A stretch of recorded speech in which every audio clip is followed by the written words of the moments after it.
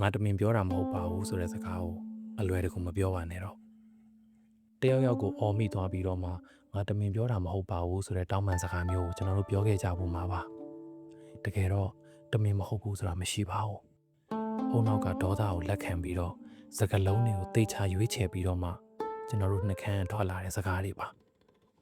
အဲ့ဒီအချိန်တုန်းကတော့တစ်ဖက်လူနာကျင်သွားအောင်တမင်ကိုပြောလိုက်တဲ့စကားတွေပါစဉ်းစားတဲ့ဖြစ်စဉ်အယမ်းမြန်လွန်းလို့သာတမင်လောက်တာမဟုတ်ပါဘူးလို့ကိုလှည့်စားနေမိတာပါတမင်မဟုတ်ဘူးလို့ပြောတာကိုယ့်ရဲ့အဖြစ်ရှိစိတ်ကနေရုံထွက်ဖို့အတွက်စင်ကြေပေးတာတတ်ပါပဲတတိရှိခြင်း mindfulness ဆိုတာ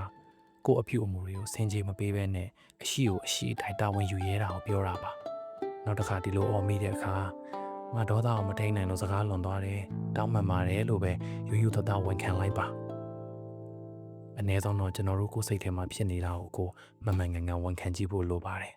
ခင်ဗျာနောက်တစ်ခါဒေါသထွက်လာပြီးစကားတွေလွန်တော့မယ့်အခါဒါလေးကိုသတိပြန်ရကြည့်ပါခင်ဗျားတို့ရဲ့အတွေ့အကြုံလေးတွေအမြင်လေးတွေကိုလည်း comment မှာမျှဝေသွားလို့ရပါတယ်ကျေးဇူးတင်ပါတယ်